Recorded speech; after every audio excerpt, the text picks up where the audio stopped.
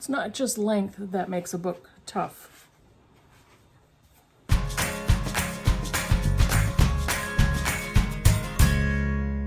Hey Booktube, it's Kim at Middle of the Bookmarch, and today's video is a discussion based on an article I read. I read a list article from Flavorwire, and I will have the link in the description below, but this was the 50 toughest books for extreme readers.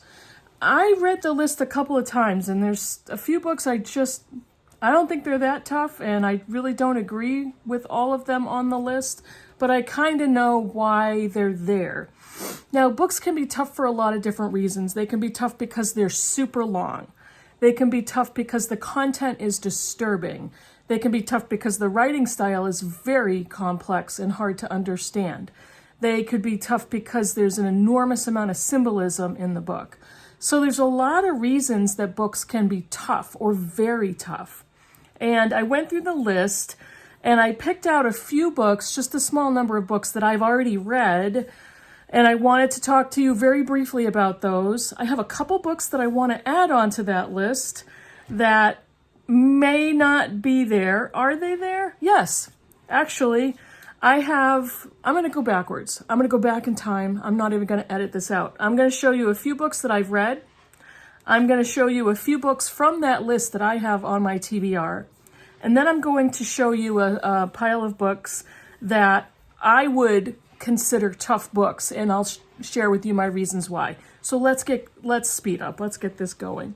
Don't want to bore anybody. Okay, so a few of the books that are on the list that I've read that they labeled as tough. The first one is Blood Meridian by Cormac McCarthy. I have a whole review video of this book. I'll try to remember to link it below. But this is tough for so many obvious reasons. The level of extreme violence, hatred, genocide, racism, evil is just, it's throughout the book. It's very hard to read any page without that type of content in the book.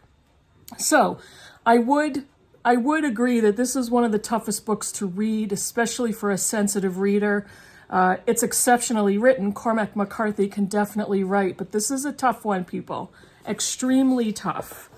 The next one is The Silmarillion by J.R.R. Tolkien, and I read this so many years ago.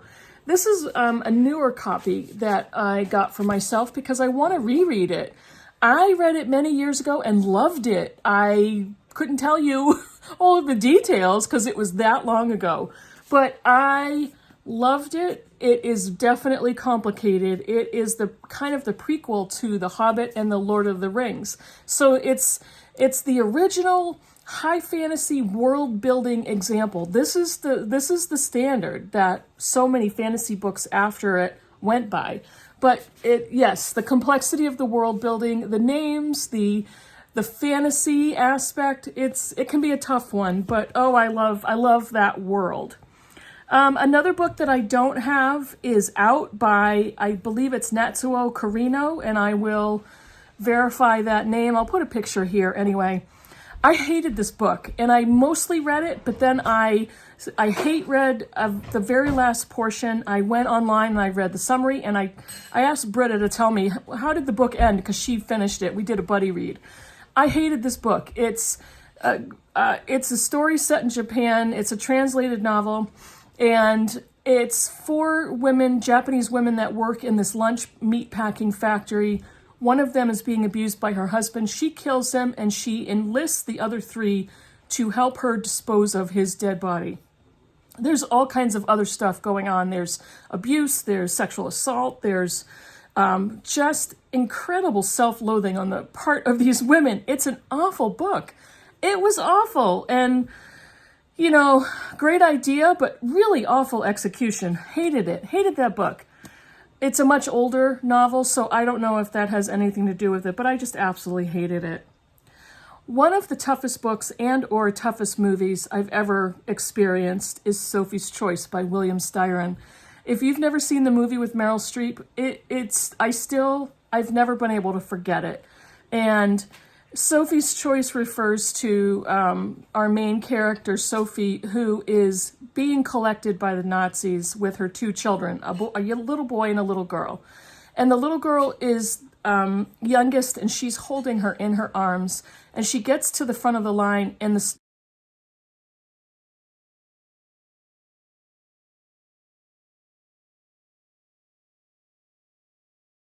absolutely horrifying, extremely traumatic. There's a lot of other story in the book and before and after her life, but it's just awful, awful. Another one is Joan Didion's The Year of Magical Thinking. This is a very difficult book to read because she has experienced raw, shocking grief from the sudden death of her husband, and she pours it into this book. And it's not that long of a memoir, but it leaves you bereft and heartbroken to read her thoughts. I don't know how she did it, but she poured the emotions into this, and you can feel the message she's trying to impart to the reader. It's visceral, and it's quite good. It's an excellent memoir on grief, but very, very sad, very emotional, and a very emotional read. So those are some of the books that I did read off of that list. And again, the link is below. Go and take a look at that and see if you've read any of those books or if you agree with their list. I have a couple of books that from the list that are on my TBR. This one is In Search of Lost Time, Volume 1 by Marcel Proust. This is Swan's Way. This is a 7 volume novel, and this is the first one in a very long series. This book is over 600 pages. This is just volume 1, but I'm conflicted with this one because I'm not sure if it's that difficult of a book to read. It's just, I think the ideas are fairly complex, and it's so long in its series of volumes. But I've had this for a little bit, and I really would like to try it and see how I do. And I'm not sure if I agree with it being that difficult. There have been so many booktubers who have read through the entire volumes, all of the volumes, and either really admire or really love these books. So I'm actually looking forward to that one. Another one I'm looking forward to is War and Peace by Tolstoy. One of the longest books out there, one of the longest novels, and it's a Russian novel, so I think that intimidates a lot of English-speaking readers, a lot of readers who with English as their primary language. And this is intimidating around the world, but it's a bucket list book, so I really want to read it, and I can understand on the length alone, but also on the novelization of war and experiences of the Russian people. So yeah, one book that was not on the list and was surprising to me, and again is on my shelf on my physical TBR, is Ulysses by James Joyce. And not only is it super long, but the stream of consciousness writing style is complex and so intimidating and dramatic for many readers. And this is a tentative book on Britta and my Irish Women Readathon. Yes, this is not a woman, this is James Joyce. But we both kind of tentatively said, we'd really like to try Ulysses and see how it goes. So now I have a stack of books. I have like 7 books. I think I have 7 books that I think I'd like to add to the list. So these are books that I felt are very tough for a lot of different reasons. So let me tell you about those. Daniel Duranda by George Eliot. You all know that Middlemarch has got to be my favorite novel, and I absolutely love Daniel Duranda as well, but this is a very difficult book. And this is not a book that I would just go out and recommend to anybody interested in reading Eliot's novels. And I absolutely adore this book. She wrote this book, this was her last novel, and she wrote this book kind of in response to the quote-unquote Jewish question. And there's also a very good nonfiction book that I will link below that kind of goes along with Daniel Duranda. You would need to read this novel first before reading that nonfiction book. But this is a I don't know why I keep doing this today. I keep doing this with my chin. This is a book of Daniel Duranda, who is a Jew, as they were described in the Victorian age. But he doesn't know that yet. And he is living in the English countryside. He has been living with, kind of as a ward, with a wealthy estate owner. This is a very George Eliot story, multiple character perspectives, multiple storylines, so much emotion. But one of the major storylines is the discovery of his race and religion, the Jewish people that he is surrounded by, and what that means to him and what that means to his future. And it's a fantastic novel, but it's a very difficult read, especially if you don't understand the intricacies of Judaism and or Christianity, so you can have a foundation and be able to compare what the differences are. It's just a phenomenal book. One of the most recent books, new releases, contemporary novels I read, this was longlisted for the Booker Prize, and I believe she is the youngest author to ever be nominated. This is Night Crawling by Layla Motley. She was 17 when she started writing this book, and it's an excellent novel, an incredible debut, absolutely incredible debut, but the content is disturbing. She is discussing being the child of two felons. Her father was arrested for drug crimes. Her mother was arrested for, I don't think it was drug crimes. I believe she was arrested, it could have been. She has an older brother who's basically abandoned her, and she is an older teenager, doesn't have a way to pay the rent, to feed herself. She's actually the de facto parent for a young 9 to 10-year-old boy who is a neighbor. And so she has no idea what she's going to do. And she ends up relying on street walking to pay for food and to pay her rent and to figure out how to survive. But it's an extremely disturbing story. So well written. The content is gut-wrenching, but how fascinating that a teenager wrote this novel and it was nominated for the Booker Prize. I have a couple of nonfictions. This is the first one. This is Diana Preston's Before the Fallout, From Marie Curie to Hiroshima. This is the discovery of radiation and the invention of the nuclear bomb. It is difficult to read for a few different reasons. First of all, the science in it. It's tons of chemistry, tons of physics, and the way she wrote it, I felt stupid, but I was still interested. I wanted to read the truth and the nonfiction and the history of this time. And by the end of the book, I don't think this is a spoiler, but one of the most heartbreaking parts of this whole book is when she kind of related the thoughts of so many of the scientists that were involved in creating the atom bombs and how regretful they were and how guilty they felt that they were a part of this project. It discusses Hiroshima and Nagasaki and just the emotional aftermath of those experiences in Japan.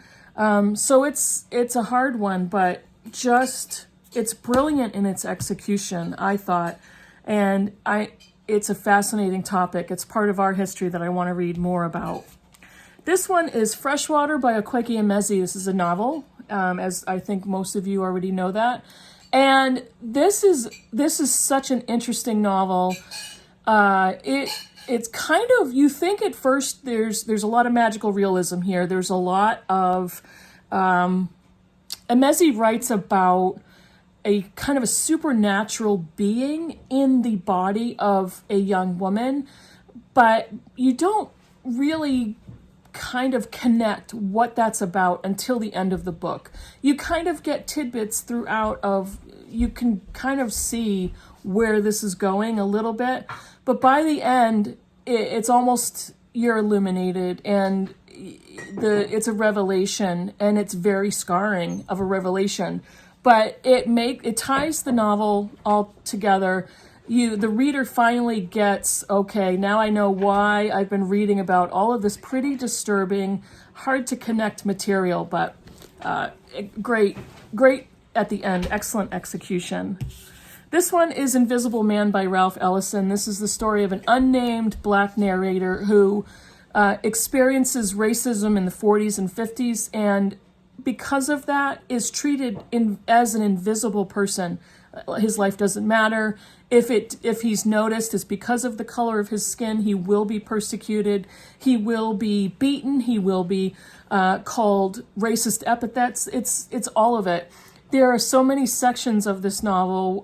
One of them was in the beginning where he is kind of forced into having a fight with a group of Black men, and it was almost as if they, not necessarily fighting to the death, but the last one standing would get to go to college, but they were fighting blind. They literally had blindfolds on. And this was a spectator sport by a group of wealthy white men. There's another section of the book that talks about an abusive relationship with a father, his wife, and his daughter. There is the discussion throughout of racism and the status of Black people in the 40s and 50s. And it's just, it's horrifying, but such an important book. Not always easy to read, the styling and the formatting. And I read this very slowly, and will definitely go back to reread it. It's extremely important. This is an interesting book. I read half of it, and I had to put it down. And I vowed I was enjoying the book, but it's extremely dense in its themes and its material. This is Toni Morrison's Paradise. This is a book filled with religious metaphor and allegory and symbolism. And the only reason I could parse that out was because of my theological background. But it is so filled with important themes in Christianity and church community life and theology and good and evil and racism and race separation, integration and segregation. It's packed full. And she narrates the audiobook, and it's just fantastic. Her voice was absolutely beautiful. But this is a tough one. It talks about women that have disappeared, and, have they been murdered, or are they still around, or what's the story with that? It's the story of a community of Black people who want to build a paradise, want to be separate from white people. It's so intricate and symbolic, and there's a lot here to analyze. I will read that book because I just thought the language is beautiful. It's Toni Morrison. Yeah, I'm going to be all over that. This last one is nonfiction. It's complicated and difficult for a lot of different reasons. It's super long. It's over 900 pages. This is Red Comet. I've talked about this book for so many times in so many videos. Red Comet by Heather Clark, The Short Life and Blazing Art of Sylvia Plath. Because of its length, because of its level of detail, because we all know what happened to Sylvia Plath, and we're watching it happen through reading the novel. It's goes into very gritty detail of her early life, how she was raised, what she was led to expect from her life, mental illness, the ins and outs and the details of what she went through as a teenager, her mental health, her medical procedures, suicide attempts. There's so much here, and we watch her life careening towards a very early end. And for me, I thought the book was brilliant. It was one of my best reads of, did I read it last year or the year before? I think it was the year before, 2021. But I thought it was brilliant and extremely, for me, very emotional, only because Sylvia Plath has always been a literary character that I have, read into, read of, paid attention. So yeah, this was a brilliant nonfiction biography, but very difficult reading.